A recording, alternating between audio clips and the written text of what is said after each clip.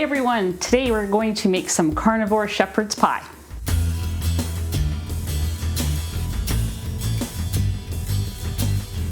I'm Anita from KetogenicWoman.com, where I share keto and carnivore recipes and other cooking ideas.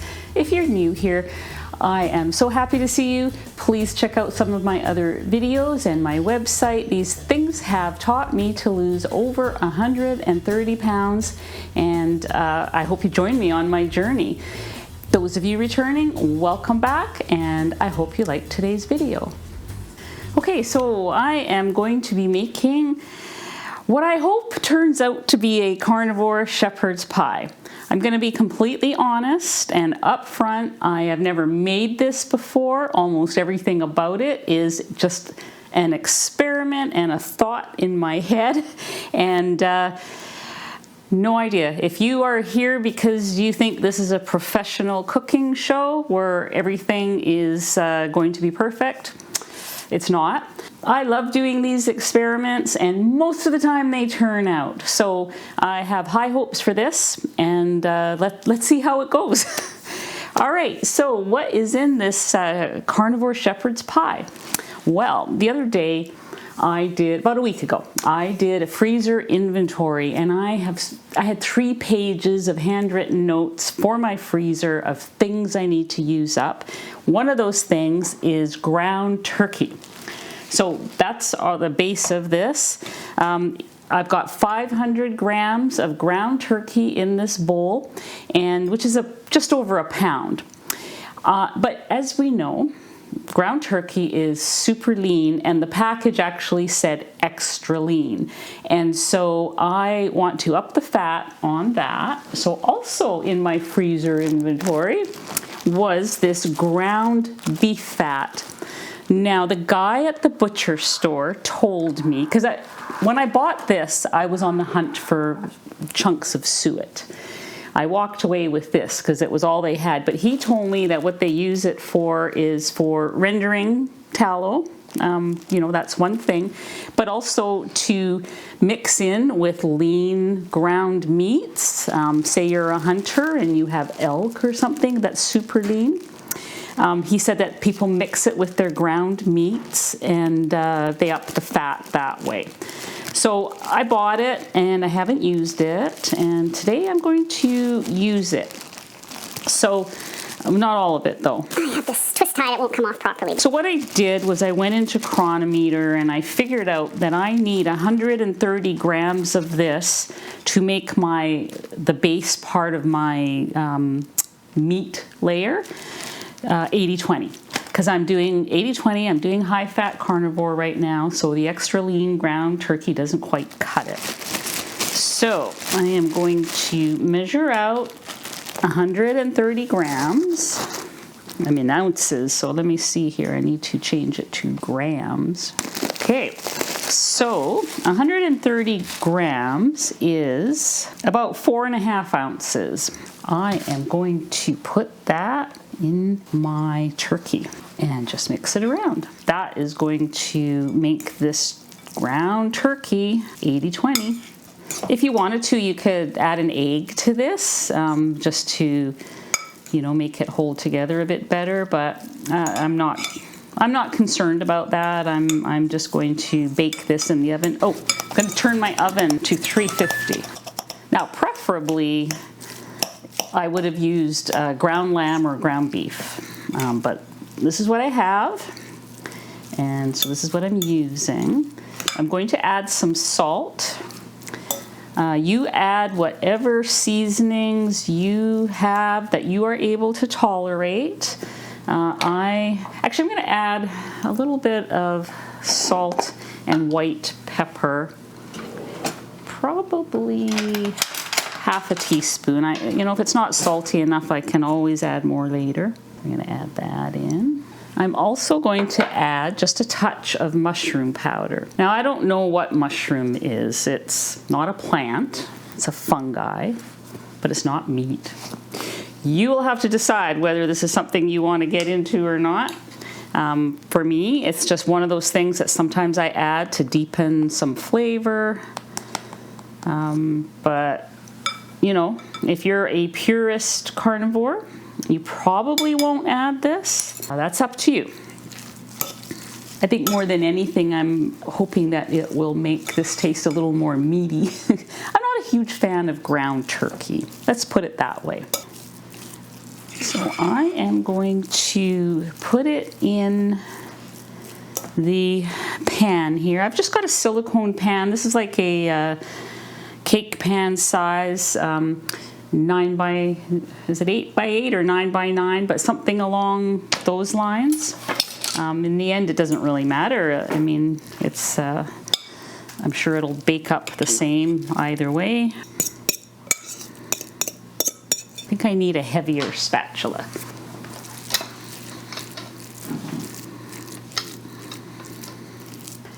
So I am going to bake this in the oven. Probably, I'm thinking half an hour, 30 minutes. And I will definitely check it with a thermometer to make sure the ground turkey is cooked. And then when it comes out, and it's still, you know, it'll need to cool off and all that, we are going to make the topping. And I haven't told you what's in the topping yet. And that's deliberate because I don't want you to run away scared. It is something I've never used before, but I've certainly eaten before. So come back to our next segment to see the topping that is going to turn this into a next level piece of carnivore dinner. Okay, we're back. This baked for 30 minutes. It is definitely done. Now the fat has kind of separated out from the ground turkey, and I want to kind of mix it up because so what the next step is going to be to this is it's going to go into the fridge to allow the fat to harden, and then it'll be kind of like a loaf that, or it's not really a loaf, but we'll be able to cut it because the fat will harden and it'll maintain that 80-20. But we need to break this up quite a bit, and then we'll make the topping for it while it's cooling off in the fridge. Whoops, don't get too enthusiastic about this. I just splattered some fat on myself. I just want to try a little bit of meat to see if it needs some salt. But I am going to add a little bit of Redmond's. Going to put this in the fridge so that it can start, I guess, hardening. And then we will make the topping. So just be back in a quick sec. Okay, so let's do the sauce. What is in the sauce? I'm going to tell you. The sauce is, or the topping, it's not really a sauce. It's like a mashed topping. It's not potatoes, and it's not a vegetable. It is tripe. Yes, it is tripe. Now you know why I didn't tell you. I didn't want you to go screaming away. So 5 ounces of tripe. I've got it right here already measured. Now I cooked this yesterday. I cooked about a kilogram, about 2.5 pounds yesterday in the pressure cooker. I will link some instructions down below for that. This is the first time I have used tripe, but it is not the first time I have eaten it.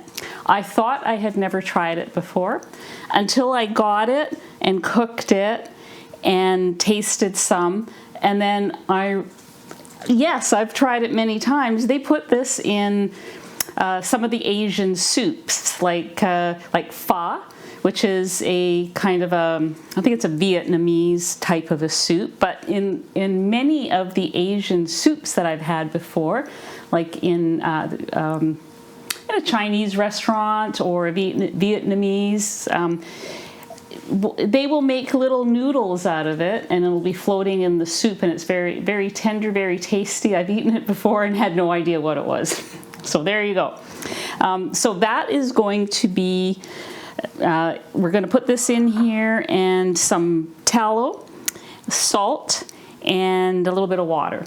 And we're going to use the immersion blender to make our topping for the casserole. So I was really hesitant to try it, but then one of my viewers of this channel, she's actually the same woman that made this apron for me. She sent me a video, and it was from Gordon Ramsay called The Gut Hut, and it is just priceless. I'll link that video below because, you know, after I saw that video, I thought, oh, for Pete's sakes, I'm going to try tripe. He's a huge fan of it, and I just really liked the video. So I encourage you to give that a watch, and let's see how this turns out. Okay, oh, I need a little bowl to measure out some of this tallow. So this is tallow that I rendered from suet, not unlike what I showed you. It was a different bag of suet, but it was still suet. And we need, I think, 3 ounces of that. So I'm going to measure that out. This is 5 ounces of the tripe, and what I did was I cut it up a little bit so that it was it might be a little bit more manageable, hopefully. We will see. And we want, so 5 ounces of tripe is about 150 grams. I wanted to see what that was in grams. About 85 grams. Now this mash recipe for the topping, I didn't come up with this myself. I got this from nicolaskitchen.net. I will link that below. She used it on top of a kind of a liver casserole that she had made. And so I thought, ooh, that would probably be a good topping for what I wanted to do. So thank you, Nicola. And we need some water. 100 grams of water, just about 4 ounces, almost half a cup. And I just pour that in, I guess.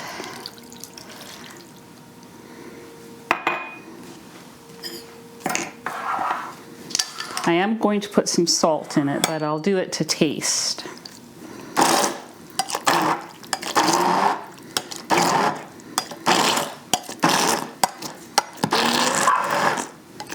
Teddy doesn't like the stick blender. Teddy, go on, it's okay.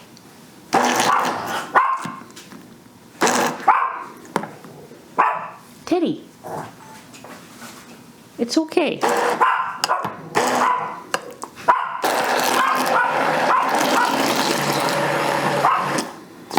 He thinks there's some sort of danger, I think.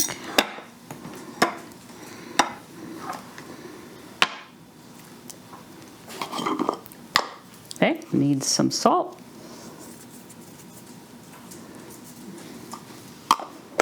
So far, no offensive taste here though.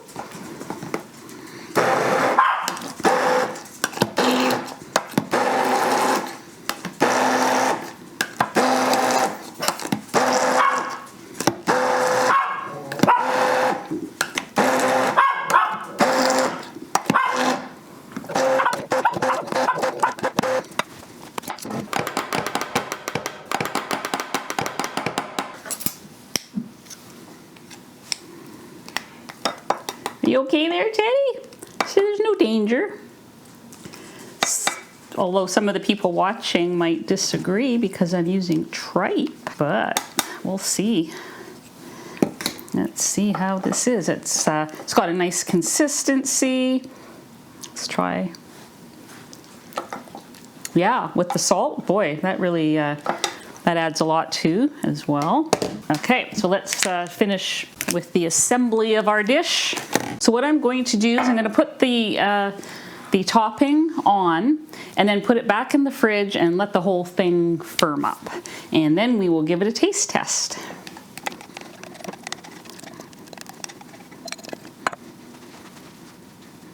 And then I guess I should figure out how many servings this would make and then figure out the macros for you all. It is going back in the fridge and we will be back to taste test it when it all firms up.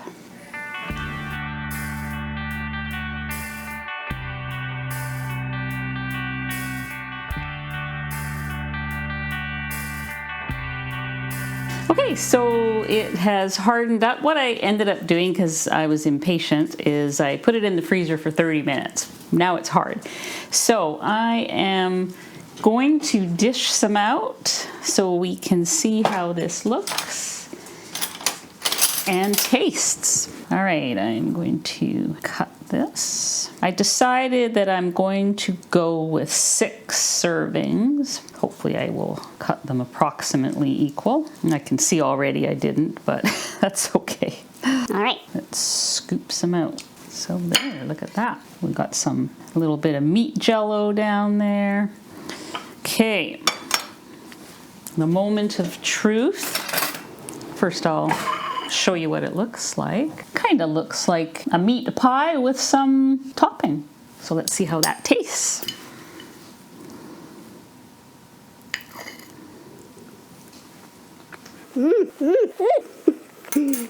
Well, that is so much better than the turkey, ground turkey that I was trying to get rid of. I like the creamy topping on it, and yeah, it's nice and moist. So awesome! I will totally. I mean, I'm gonna have to freeze some because there's 6 pieces here, but I will definitely be eating this for a couple of days. It is actually very good. Probably what I'm going to do is see if I can figure out a gravy to put on top. Because what is shepherd's pie without gravy? Of course, people are going to say, what is shepherd's pie without a whole other list of ingredients? But I think it's quite good. Okay, so what are the macros on this? For 1/6 of the dish, it is 426 calories, 19 grams of protein, 3 total carbs, and 38 grams of fat. And it is a perfect 80% fat for those of you who are doing high-fat carnivore. So there you go. I hope that if you were brave enough to stay till the end of this and see the tripe and all that stuff, I hope you give it a try. And make sure you watch that video that I'm going to link below, Gordon's Gut Hut, because it totally inspired me to be brave and try this. And also I'm going to have other links down there for like the recipe for the topping and other things from Nicola's Kitchen and anything else that's relevant. So we will see you guys on the next video. I am going to go enjoy this. Okay, so here's what the carnivore meatloaf looks like when you warm it up. It's a little bit liquidy. I prefer it this way as opposed to cold because it tastes like meatloaf and mashed potatoes, which was a favorite from my childhood. 30 seconds in the microwave.